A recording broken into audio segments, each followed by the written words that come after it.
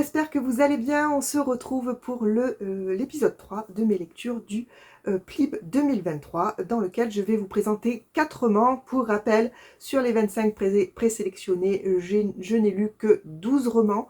Je vous ai fait déjà 2 premiers épisodes dans lesquels je vous parle de 4 à chaque fois d'entre eux. Je vous mets ici les liens vers ces vidéos si ça vous intéresse. Je suis donc à la fin de ces 12 lectures en vous présentant les 4 que je vous présente aujourd'hui. On va tout de suite commencer avec le premier dont je vais vous parler, qui n'est autre que les 7 lames de Jérôme Kamdekas. Kamdekas, je suis vraiment désolée, je le prononce pas très bien, je le trouve un petit peu compliqué, je sais pas pourquoi. Bref, aux éditions Crainte Chimère. Donc dans ce roman, on suit Asta, qui vit au cœur de Midgard. Elle est reine dans un monde qu'elle a créé, enfin dans une cité de cristal qu'elle a créée, puisque c'est une sorcière. Et elle vit un petit peu, enfin sa communauté vit un petit peu en retrait de ce qui se passe dans le reste du monde pour protéger son peuple, c'est sa décision. Sauf qu'un jour, les géants décident de menacer sa tranquillité. Le roi des géants veut l'épouser pour prendre possession de ses terres, de son peuple, etc. Pour éviter cela, elle décide de faire appel à une divineresse qui lui tire des des tarots, pardon. Elle lui tire 7 cartes de tarot, 7 cartes qui correspondent à 7 lames et 7 lames qui correspondent à une personne, enfin quelqu'un qui est censé l'aider dans sa quête pour éviter ce mariage dont elle ne veut pas. On va donc suivre cette péripétie et j'ai trouvé ce roman vraiment très très riche. On a beaucoup de magie différente, de personnages différents avec des capacités différentes. On est aussi bien dans de la sorcière, on a des vampires mais pas comme on les connaît, enfin voyez, des géants, enfin voilà, il y a beaucoup de choses, beaucoup de personnages. On est dans un monde qui n'est pas accueillant du tout, on est plutôt dans un monde où on peut se faire manger par des créatures à tous les coins de forêt, on va dire. Et donc, c'était vraiment très très riche. On voyage beaucoup du coup, puisque Asta va partir à la recherche de ces lames qui sont censées l'aider dans sa quête du point faible du roi des géants. Et donc, on voit beaucoup de personnages. C'est une ambiance qui est plutôt sombre. On parcourt vraiment des lieux qui sont souvent merveilleux, mais on découvre qu'il y a toujours quelque chose de sinistre, enfin quelque chose de malaisant, voilà, à l'intérieur de tous ces lieux qu'elle parcourt. On va rencontrer du coup de nombreux personnages, comme je vous le disais, mais aussi de nombreux dangers, de nombreuses épreuves. Asta n'est pas la seule à devoir affronter ces épreuves, donc il faut qu'elle arrive à convaincre ses lames de l'aider. Voilà, donc il y a tout plein de relationnels. On voit le roman au travers de plusieurs personnages, pas trop, il y en a 3 je crois. Non, je vous dis des bêtises, il y en a beaucoup plus que ça. Le seul bémol que j'ai trouvé, en fait, moi, qui m'a un petit peu dérangée, c'est que ces lames, donc, interviennent tout au long du roman, mais elles interviennent sur un court passage, en fait, l'épreuve, en fait, qui leur correspond, on va dire, et après, on n'en entend plus parler pendant un moment, enfin, on en retrouve quelques-uns à la fin, enfin bref, je ne vais pas trop vous en dire, mais en tout cas, ces personnages, moi, dès le départ, vu qu'on les voit dans des situations quand même difficiles, en règle générale, on a tendance à s'attacher assez rapidement à eux. Et puis, en fait, il ne faut pas parce que on n'en entend plus parler après pendant pratiquement tout le roman. Vous voyez un petit peu ce que je veux dire, c'est que, du coup, alors non seulement on a ce manque d'attachement, donc ce manque un petit peu d'émotion, et en plus, donc comme je vous disais, à la fin, certains réapparaissent, mais en fait, du coup, enfin moi en tout cas, certains, je me rappelais plus qui ils étaient, ce qu'ils avaient fait, enfin, parce qu'en plus, vous savez, c'est des noms un petit peu compliqués, enfin des prénoms, des noms un peu compliqués, et du coup, j'avais eu peut-être de temps en temps du mal à les restituer, voilà. Donc, grosso modo, c'était une excellente lecture, et voilà, avec ce petit bémol quand même sur ce point, sur les personnages. Le roman que je vais vous présenter maintenant est aussi une très bonne lecture. C'est L'héritage de l'esprit roi de Claire Crust qui est sorti chez ActuSF. C'est une très bonne lecture. De cette autrice, j'avais déjà lu oh je ne sais plus, bref, que j'avais beaucoup aimé. C'est, vous savez, des romans un petit peu ambiance onirique, où les esprits ont une très grande place. D'ailleurs, je vais vous dire un petit peu de quoi parle ce roman. On suit Shinya, qui est l'Omyoji de l'impérial, du roi, de l'empereur même, je dirais même plus, de l'empereur. Et en fait, son rôle, c'est de maintenir l'équilibre entre le monde des humains et celui des esprits. Et pour cela, il a un peu tous les droits, on va dire, c'est-à-dire qu'il est aussi bien le protecteur, mais aussi le juge et le bourreau. Voilà. Donc, on va le suivre dans une enquête pour découvrir qui a tenté de lancer une malédiction sur la fiancée du roi.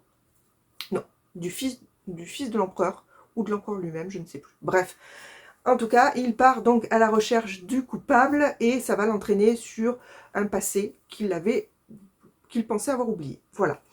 L'univers, là encore, c'est encore un roman avec un univers très riche, avec beaucoup de magie, beaucoup d'esprit.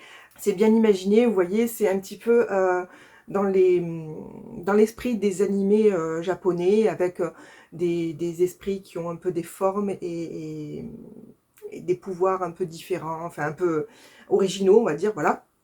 Et du coup, tout ça, c'était vraiment très très intéressant. On a donc cette ambiance, comme je vous disais, onirique qui nous plonge complètement dans cette histoire. Donc on suit Shinya qui, du coup, comme on est sur les traces d'un coupable qui le renvoie un petit peu à son passé, on a un petit peu une double temporalité, c'est-à-dire qu'on voit ce fameux passé qui ressurgit dans la mémoire, dans les souvenirs de Shinya, et en même temps donc le présent de cette enquête. On est donc dans cette double temporalité qui nous permet de découvrir le personnage de façon complète, on va dire, et du coup on s'attache beaucoup à lui, c'est plutôt émouvant, il y a des scènes vraiment très émouvantes, surtout d'amitié, mais aussi un petit peu d'amour. Voilà, il y a un petit peu un tout, et ça, c'était vraiment super.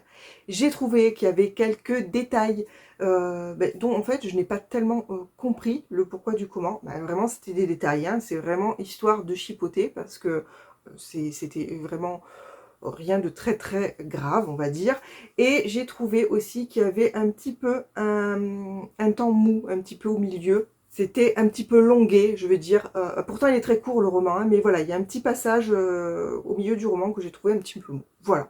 Mais franchement, c'était quand même une excellente lecture. Le roman que je vais vous présenter maintenant, c'est Le Secret du Roi de Marie Valente, qui est sorti chez Big Bang et dans lequel on est à l'époque de Louis XV et on va suivre Hippolyte qui est recruté par le roi pour devenir agent du secret, c'est-à-dire qu'elle est là pour maintenir l'ordre avec un autre personnage, James, entre le monde des humains et le monde des êtres surnaturels, donc les vampires, les lycanthropes, etc. La petite particularité, c'est qu'Hippolyte est en fait une femme et qu'elle cache donc son véritable genre. Elle se fait passer pour un homme parce que sinon elle n'aurait bien évidemment absolument pas le droit d'avoir une épée, de se battre et voilà, et de se retrouver du coup agent du secret. J'ai beaucoup aimé ce roman avec son côté historique où on croise des personnages qui ne sont pas fictifs et qui sont un petit peu immergés dans cette ambiance fantastique avec des vampires, etc. Donc ça, j'ai vraiment beaucoup aimé. J'ai aimé aussi les pouvoirs de certains personnages que j'ai trouvé assez intéressants, que j'ai trouvé pas forcément originaux, mais qui mettaient un petit plus à l'histoire, notamment dans la possibilité de leur utilisation par rapport à l'intrigue. J'ai beaucoup aimé le côté féministe de ce roman, puisque Hippolyte est quand même une femme qui est très indépendante, très fière, très courageuse. Elle est même très téméraire, et parfois trop, et ça aussi c'est bien, c'est-à-dire que c'est pas une femme parfaite, loin de là, et parfois elle en fait trop, et parfois ça lui retombe sur le coin du nez, et voilà, ça, j'ai trouvé ça vraiment très intéressant. Il y a d'autres personnages féminins dans ce roman qui sont aussi mis en valeur, qui sont mis en avant, dont le troisième, parce que c'est un peu, ça tourne un petit peu autour d'un trio, donc Hippolyte, James et je ne me rappelle malheureusement plus le prénom de la troisième jeune femme, mais qui a aussi des pouvoirs et surtout qui est une femme qui est très forte. Ça fait un ensemble où les femmes ont une part très importante, et ça j'ai vraiment beaucoup aimé. L'enquête était très intéressante, elle était bien imaginée. J'ai trouvé que parfois il y avait un rythme un petit peu inégal au niveau de l'avancée de cette enquête, c'est-à-dire que parfois on avait l'impression de faire un pas en avant et puis en fait après pendant un petit laps de temps il se passe pas grand chose par rapport à l'enquête. On a l'impression que ce qui se passe, ça n'a un peu rien à voir en fait, c'est un petit peu à côté, et du coup voilà, ça casse un peu le rythme. Donc j'ai trouvé que c'était un petit peu dommage à ce niveau-là, parce que du coup, on avait des passages que je trouvais un petit peu moins intéressants. Et voilà, il y a quelques longueurs de temps en temps. Mais voilà, dans l'ensemble, j'ai trouvé que c'était vraiment une excellente lecture. J'ai beaucoup aimé les personnages, comme je vous le disais. J'ai beaucoup aimé leur caractère. J'ai beaucoup aimé leurs relations, leurs interactions.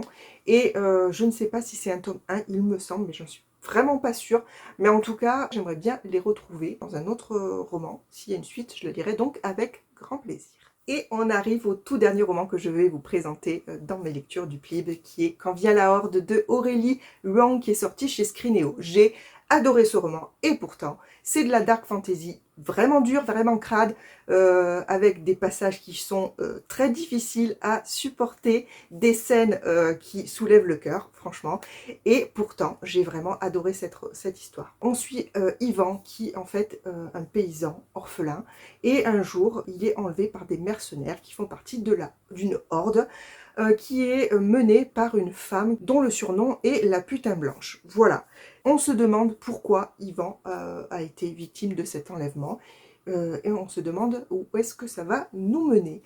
On découvre plusieurs narrateurs dans ce roman et on a donc plusieurs points de vue, dont l'un d'un personnage en fait mystérieux. En fait, au départ, on ne sait pas qui c'est. Je vous cache pas qu'on le devine très rapidement, mais en fait, toute la question n'est pas là. En tout cas, pour moi, j'ai trouvé que la question, elle était plutôt dans pourquoi et comment on en est arrivé là. Voilà. Et c'est ça qui, tout le long, maintient l'attention, maintient en haleine. Je me disais, mais enfin, j'arrivais pas à comprendre ce qui avait pu pousser ce personnage à devenir ce qu'il est devenu. Et franchement, c'était vraiment très prenant. C'était passionnant de savoir ce qui allait se passer, comment on allait y arriver. Ouais. En fait, tout ce qui était intéressant, c'était vraiment ce cheminement pour arriver à cette extrémité-là. J'ai trouvé du coup que la fin était vraiment parfaite, en tout cas pour moi. J'ai trouvé que ça ne pouvait pas finir autrement et que c'était exactement ce qu'il fallait à ce roman. Voilà. Donc malgré que ce roman n'était pas particulièrement fait pour mon petit cœur plutôt sensible, j'ai réussi à aller jusqu'au bout et je l'ai fait avec très grand plaisir parce que j'ai trouvé que c'était une excellente lecture. Je crois que c'est un premier roman d'Aurélie Luang, il me semble. Je trouve que c'est une écriture vraiment... je sais pas comment dire, un peu direct. Vous voyez, c'est pas alambiqué, on part pas sur des choses, mais du coup c'est percutant. Et vraiment, ça donne de l'épaisseur au roman. Ça ajoute à la violence en fait. Donc autant dire que, voilà, il vaut mieux avoir le cœur bien accroché. Mais en tout cas, je vous le recommande parce que c'était une excellente lecture. Et voilà, j'en ai terminé pour mes retours sur les romans du PLIB des 25 présélectionnés, enfin des 12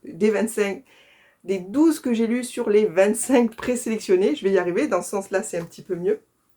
Vous avez vu, il y a eu des abandons, il y a eu des lectures moyennes, il y a eu d'excellentes lectures.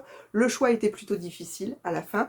Il faut savoir que dans mon choix final, j'ai sélectionné 4 romans parmi ceux que j'ai lus. Et le petit 5e, je l'ai pris alors que je ne l'ai pas encore lu. On verra, mais en tout cas, c'était une lecture qui me tentait beaucoup. Et du coup, je me suis dit, pourquoi pas. Je pense, avec le résumé, la maison d'édition, etc., que c'est un roman qui pourrait forcément, non pas forcément justement, mais qui pourrait me plaire, donc c'est pour ça que je l'ai mis. Je vous dévoilerai mes 5 finalistes très prochainement, certainement dans un vlog, puisque la semaine prochaine, je vais aux Oniriques de Messieux, donc à côté de Lyon. C'est pendant ces oniriques que vont être dévoilés les 5 finalistes donc, du PLIB 2023. Et j'espère pouvoir vlogger, puisque ça fait très longtemps que je ne l'ai pas fait. J'ai envie peut-être un petit peu de m'y remettre, donc je vais peut-être essayer de vous faire quelques images et je vous ferai une petite vidéo dans laquelle je vous présenterai donc mes 5 finalistes et les 5 finalistes qui ont été élus par les membres du jury. Voilà. Sur ce, je vous laisse. J'espère que cette vidéo vous aura plu, que ça vous aura intéressé et éclairé sur ces lectures. N'hésitez pas à venir me dire ce que vous en avez pensé si vous les avez lues. à venir me dire s'ils vous intéressent ou pas du tout, si vous ne les avez pas lus, et à me dire quels sont vos 5 finalistes pour ce PLIB 2023, que vous soyez jury ou pas. Voilà, sur ce, je vous laisse. Je vous remercie d'avoir regardé jusqu'au bout. Je vous fais plein de bisous. Je vous souhaite plein de belles lectures. Et je vous dis à très bientôt pour une prochaine vidéo. A plus!